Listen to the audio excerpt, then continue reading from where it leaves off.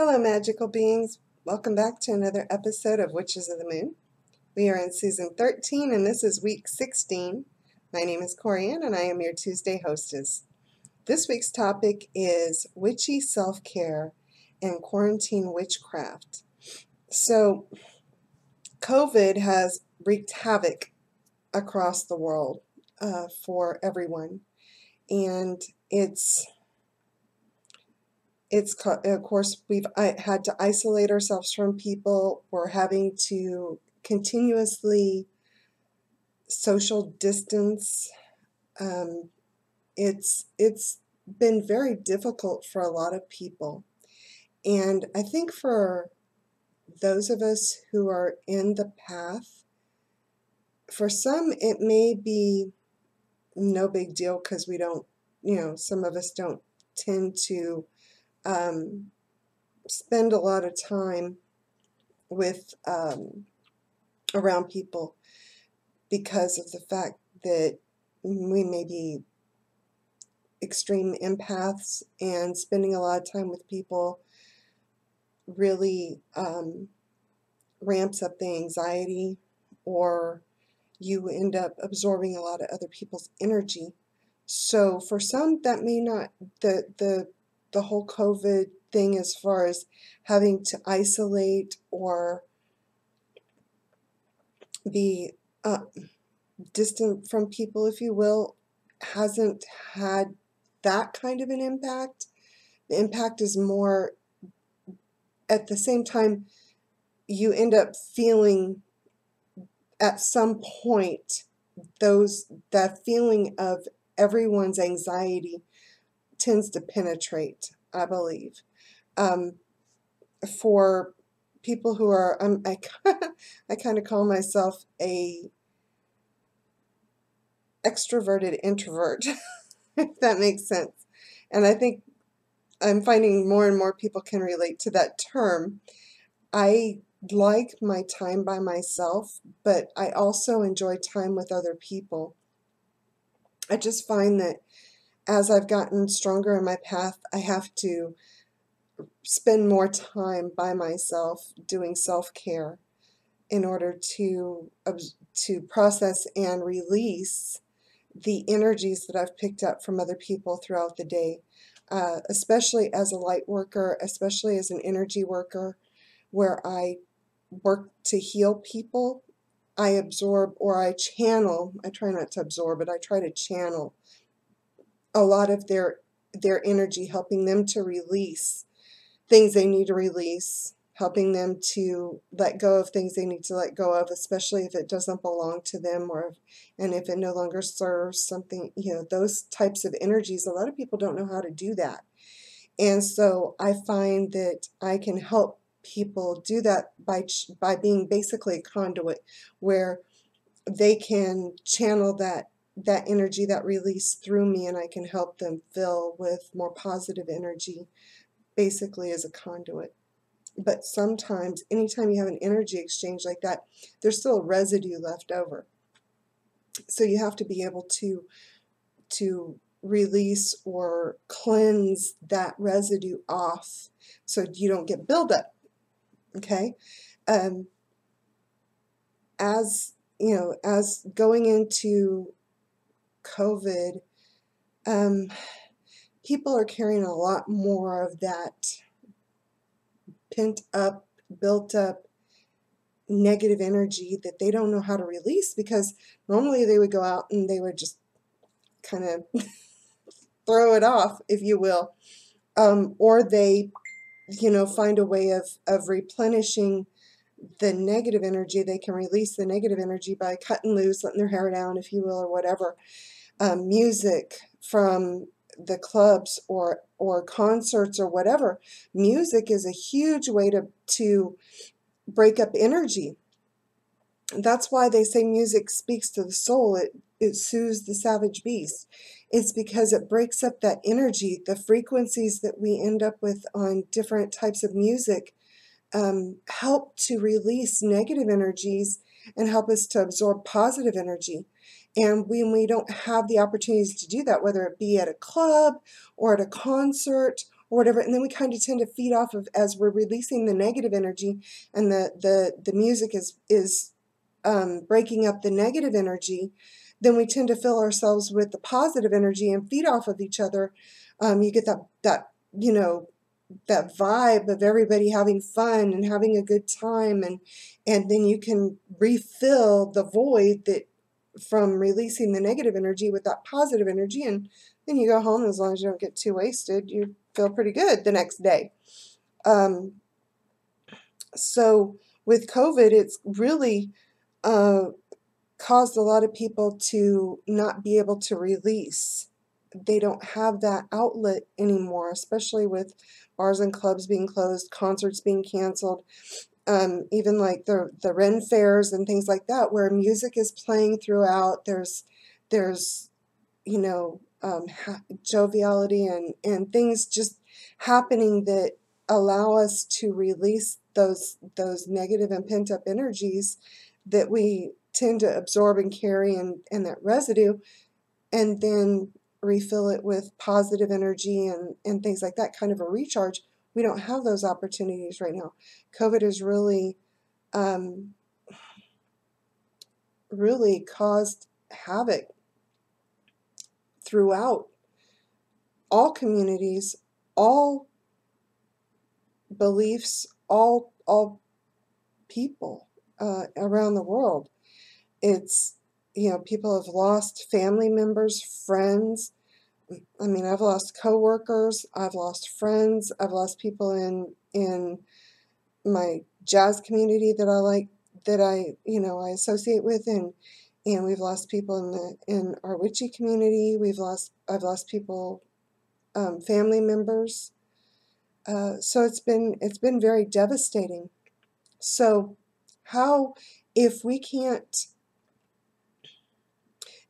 go out and really, do our normal routines, how do we handle that as witches or pagans or light workers, whatever you identify as, or however you want to classify it, if you want to at all. Don't need to even do that. But how do we take care of ourselves? I found, for me, especially early on, I'm an essential worker, so I never had to completely isolate. So I still had the ability to interact with people, and on a day-to-day basis, although it looked very different, and especially for my job, I work on an Ability One contract, so all of my team members, or 98% of them, have some sort of disability, whether it be physical, emotional, or a combination of. I do work with a lot of veterans and a lot of them are combat veterans who have PTSD. I work with some team members who are on the spectrum. It's a variety. And then I have team members who have physical disabilities. So their anxiety levels tend to be higher to begin with.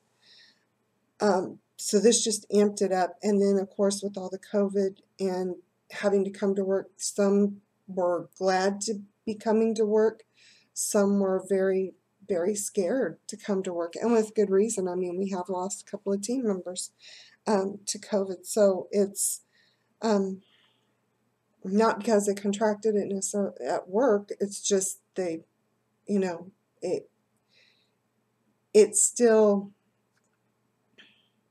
it's taken its toll.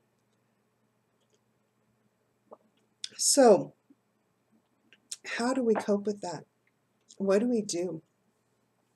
Well, I know that for me and for my team members even, I've recommended, really, really kind of looking into yourself, taking time out to, if you will, shadow work. This was a good opportunity to do some shadow work because, of course, we weren't going, didn't go to the stores and window shop like we were doing. I did do that. I did enjoy doing that, but those kind of things. So, we weren't doing those things. And for a while, we thought, even us, and what I do, we thought we were going to be furloughed for a couple of weeks, even though it lasted like 2 days, and then they told us, no, you guys have to come back to work.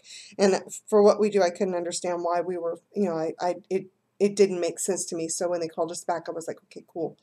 I was expecting that, but I had like a whole thing mapped out so that if I was going to have to be off and stuck in the house, I had things that I had prepared to do to help cope with that. And I thought, okay, this is a good time to really do some shadow working, really dig deep into myself and really face and come to terms with some things that I need to come to terms with and to work on. Also, it gave me time to, work on potions. And as I tell people, in my shop I have lotions, potions, and oils. So I got to work on my lotions, potions, and oils. So I kind of stocked up in my store. Even though we were closed for a period of time, we are an outdoor air market. So we fortunately didn't have to completely close, but of course we had to greatly reduce the number of people we had, and we were, of course, I was making, hand sanitizer and stuff like that, which I was making long before COVID.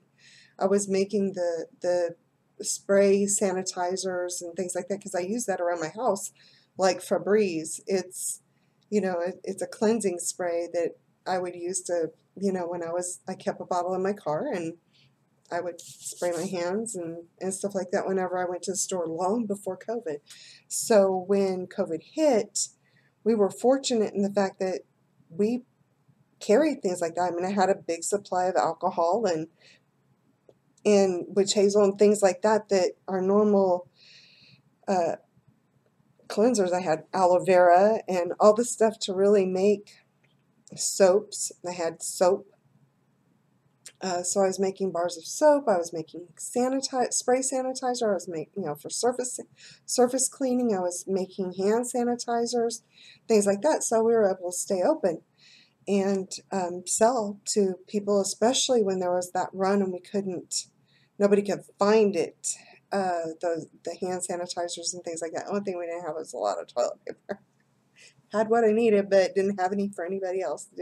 Didn't have a stockpile. I don't make that. So, but so as far as witchy care and quarantine witchcraft, I dug deep, man. I was like, okay, this is the time to really work on my craft. I read. It's a good time to read, study. Focus on your craft. Focus on your energy. Focus on your magic. Cleansing, grounding. I spent a lot of time at the park. It was really, of course, the park for me is my gift shop to begin with, because that's where I collect my feathers for my smudge fans. That's where I collect wild onion and wild jasmine and thistle and all kinds of good stuff out there at the park. I've even been gifted some duck eggs that have been abandoned or eggshell when the ducks hatch or the geese hatch. So there's for me it was like I had an opportunity to go and shop at my favorite store, if you will, which was the local park. I grounded a lot. Spent a lot of time in my front yard. I did get to know my neighbors a little better. We all sat in our driveways and kind of chatted across to each other, across the street and what have you. And it was really interesting to see, because all of our neighbors, would come and sit out, and as I'd go to check on my parents, I noticed all their neighbors were out sitting, and they would social distance a little later on as we progressed, but they would sit out with their lawn chairs on the driveway and spread out and sit and talk to each other. And it was really a way to reconnect with people. So although there was a lot of of bad things. There's a lot of bad things that have happened with COVID. There are really a lot of good things that have happened when I think we really appreciate contact, physical contact with one another. I think that's been the hardest thing for me with COVID. I am a hugger, and I've always said I'm a hugger, but I didn't realize I'm a hugger. I love to hug people. I love that energy exchange. And I really get to feel their energy that way and I usually like to give a little energy, especially if someone's down or they're sad. That was an opportunity for me to give them a little bit of my energy, or channel a little energy for them and help them to heal a little bit, or feel a little bit, or lift their spirits. And I think that's one of the things I really miss, because I'm so used to hugging people. I'm big on handshaking, especially being in business and things like that. To me, a handshake speaks volumes about someone. So to not be able to do those things, that's what's been hard for me. But again, with the self-care, I highly recommend, take advantage, take some time outside, take a chair out, put it in the lawn, take your shoes off, dig your feet in the grass. Watch out for the anthills. They're not so nice sometimes when you go digging your toes in their ant mounds, but dig your feet into the ground, or sit on the grass and lean up against a tree. Trees are the most amazing sources of energy. That it's like they will wrap around you and just suck all the bad stuff out of you, and it's almost as if they're saying, here, take some of my energy. I've been waiting for you. Where have you been? I've been waiting for you. I've been waiting to give you this embrace. If you've never sat up against a tree, if you've never leaned on a tree, if you've never talked to a tree, you're missing out. I mean, they will literally talk to you if you listen. I have 2 trees in my front yard, and I love them. One's a male and one's a female. It's so funny because I have an arborist who lives behind me, and he was trimming some of his trees, and one of his branches fell into my yard. So he came around, asked if he could come in to the backyard and retrieve the branch and make sure he didn't damage my fence, which the fence is already messed up. I rent, so it needs to be replaced anyway. But I told him, I said, yeah, sure. And he was telling me that he's an arborist over there. I was like, oh, and I told him, I said, great. I needed to trim some branches off my trees in order to comply with the city ordinances and stuff like that. And I told him I wanted someone who knew about the trees and knew how to do it respectfully. And he kind of looked at me funny. He said, respectfully? And I said, yes. I said, they're very precious to me. And I said, he's got some branches over here that need to be trimmed back. And I said, she's got some over here. And he goes, you refer to them as he and she? And I said, well, yeah. I said, I don't know. I just kind of feel like this one's a male and that this one's a female, and like they've been together for quite some time. I feel like their roots are intertwined and they kind of reach out to each other. And he kind of laughed and he goes, wow. And he looked up at the tree and he goes, oh my goodness. He goes, you are right. This one is a male tree and this one would be a female tree. He goes, I don't know how you knew that. He goes, but you're correct. I was like, ha, I read the energy. Ha, I knew. So, but anyway, I digress. I'm sorry. But as far as, self-care, that's a great way to recharge your batteries. If you can't hug somebody, go hug a tree. They love it, So I've done a lot of that. It's given me that energy exchange that I crave. Also, listening to, podcasts, or, just expanding your knowledge. This is a great time to do that. Again, reading, listening to books if you want, or what have you, but finding ways that you can expand your knowledge is always a good self-care.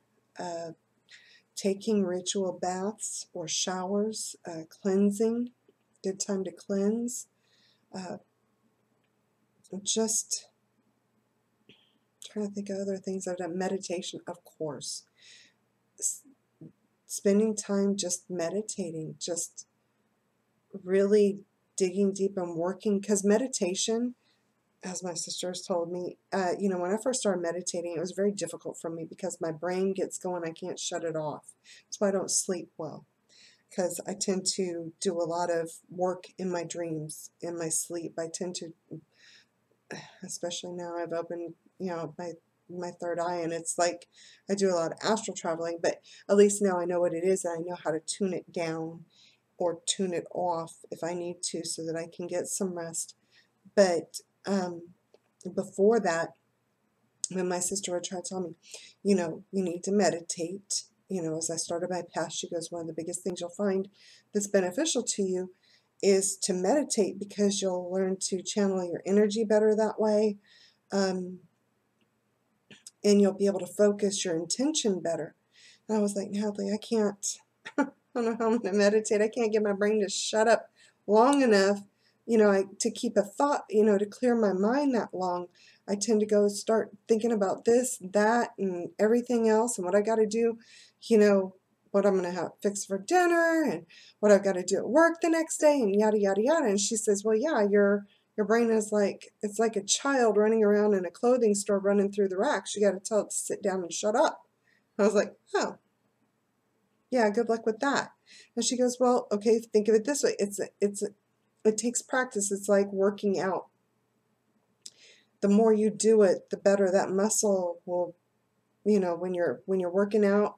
At first you have to go lightweight, high reps. Well, basically with meditation, she said, start small, start with a couple of minutes and work your way up.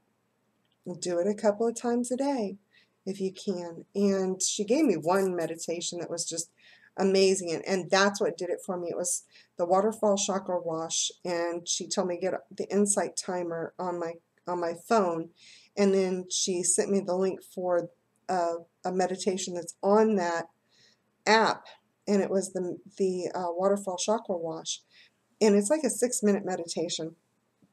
But what I love is I can do it in the shower, because I can follow. It's a guided meditation, and I can visualize it while I'm in the shower.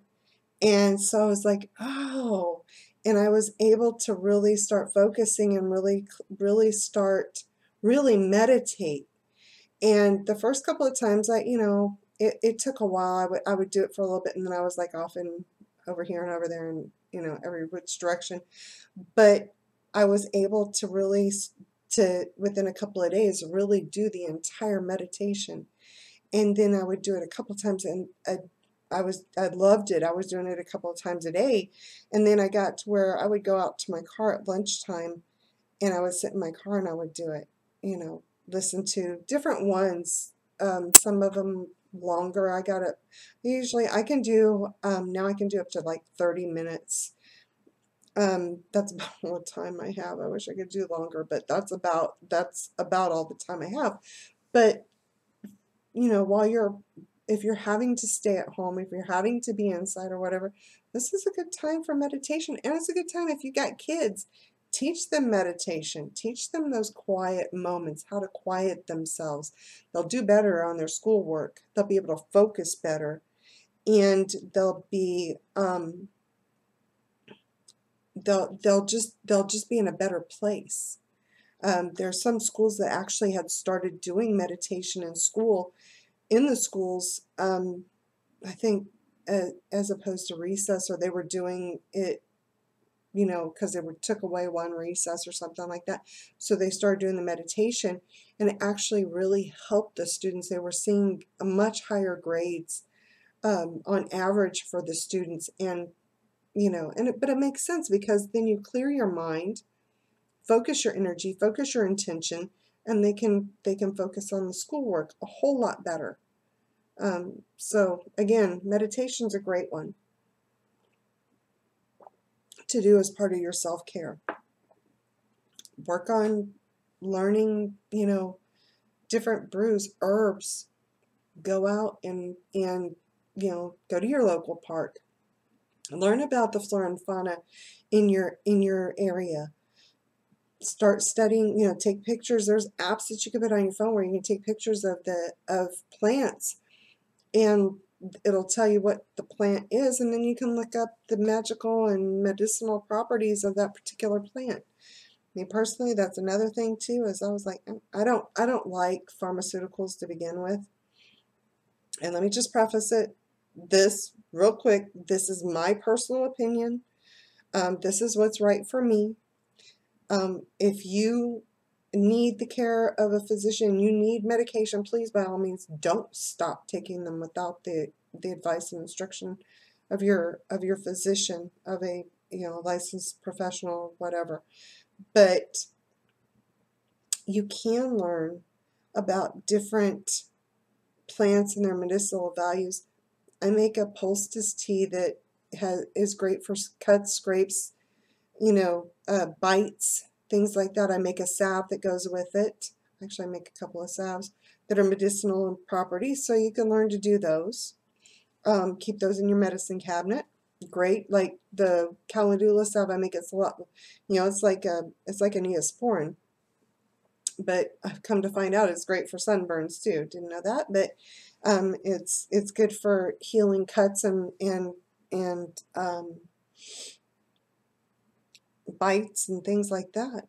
So you can learn to, make your own salves and poultice teas or poultices and things like that you can use in place of giving your money to the pharmaceutical companies. Nature's got great stuff right in your backyard or in your local park. So those are things that you can do to do some self-care, expand your witchcraft practice, your knowledge, and magical practices. So hopefully this has been educational for you. Just some things that I do, but and please share what you've done during this whole pandemic to one, keep yourself sane and to expand your craft or your path. Please share that in the comments. That's how we learn, is by sharing with one another. That's the beauty of this channel. So please do that. If you have any questions, ask. I'll be glad to give what answers I can. And until next time, have a great week and blessed be.